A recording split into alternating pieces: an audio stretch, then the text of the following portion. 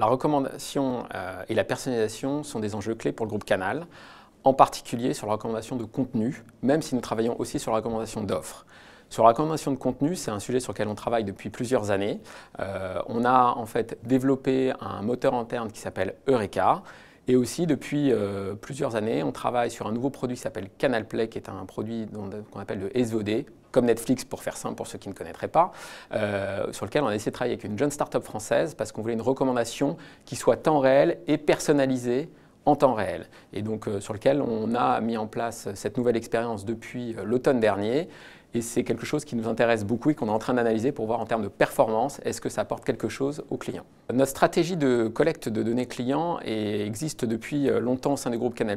Au départ, c'était principalement une logique de données de type CRM ou billing, c'est-à-dire les données de coordonnées du client, nom, prénom, adresse, les données bien évidemment bancaires. Et ça, c'était la base de notre relation client et de notre CRM pendant très longtemps. Et depuis les années 2000, avec le développement de la télé connectée, on a décidé d'enrichir cette connaissance client et d'aller vers une connaissance 360 de nos clients en intégrant et en récupérant l'ensemble des interactions des clients avec leur télé, que ce soit sur l'écran de télé, sur le smartphone, sur le PC ou la tablette.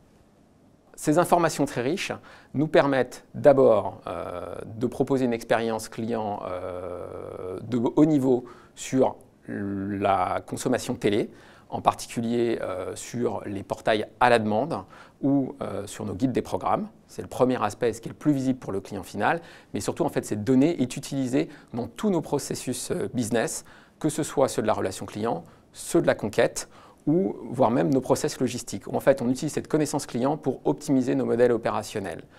Par exemple, aujourd'hui, cette connaissance du client, elle est mise à disposition du chargé de clientèle, elle est mise à disposition du vendeur sur les points de vente, et elle est mise à disposition du client final sur son espace client, et cet espace client, il est accessible depuis sa télé, depuis le PC, depuis le smartphone ou le tablette. Donc on est clairement dans une culture de la data centrée sur le client et que cette data elle est mise à disposition de tous les acteurs qui peuvent y trouver un intérêt. Parce que la data n'est pas un objectif, c'est un moyen pour nous permettre de personnaliser, d'avoir une relation plus riche et plus individualisée avec notre client.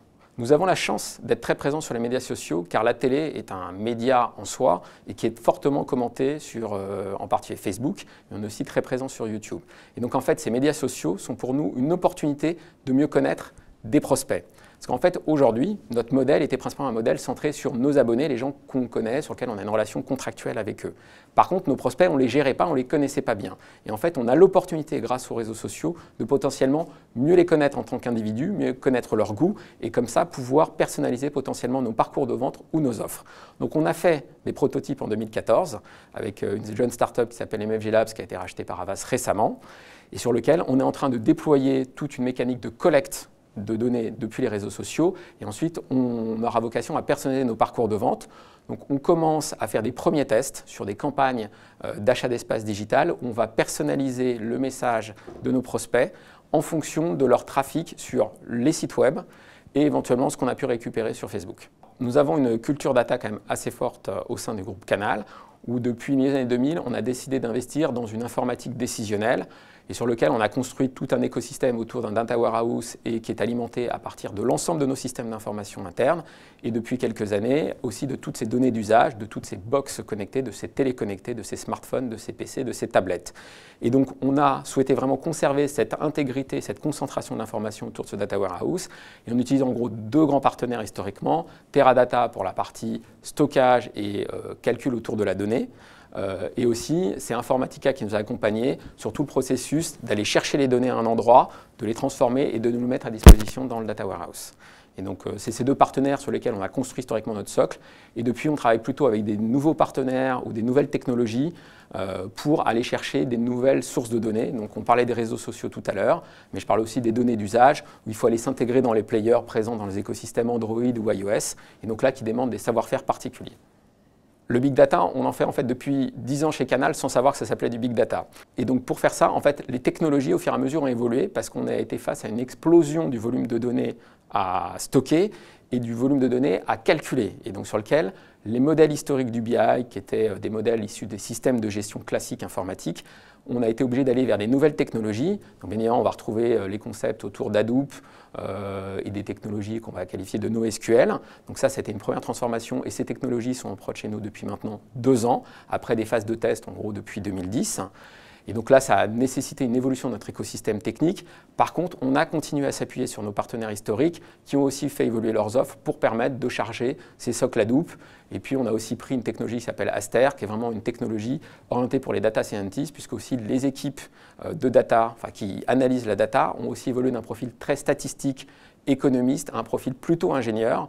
Et désormais, on a des gens qui font du R et ces nouvelles technologies et qui ont vraiment une capacité d'algorithmie et de codage importante vu la complexité et la volumétrie des data à traiter. Chez nous, les data scientists, les premiers qu'on a fait rentrer, c'est clairement pour travailler sur les algorithmes de recommandation de contenu et de recommandation d'offres. Ça, c'est le premier aspect.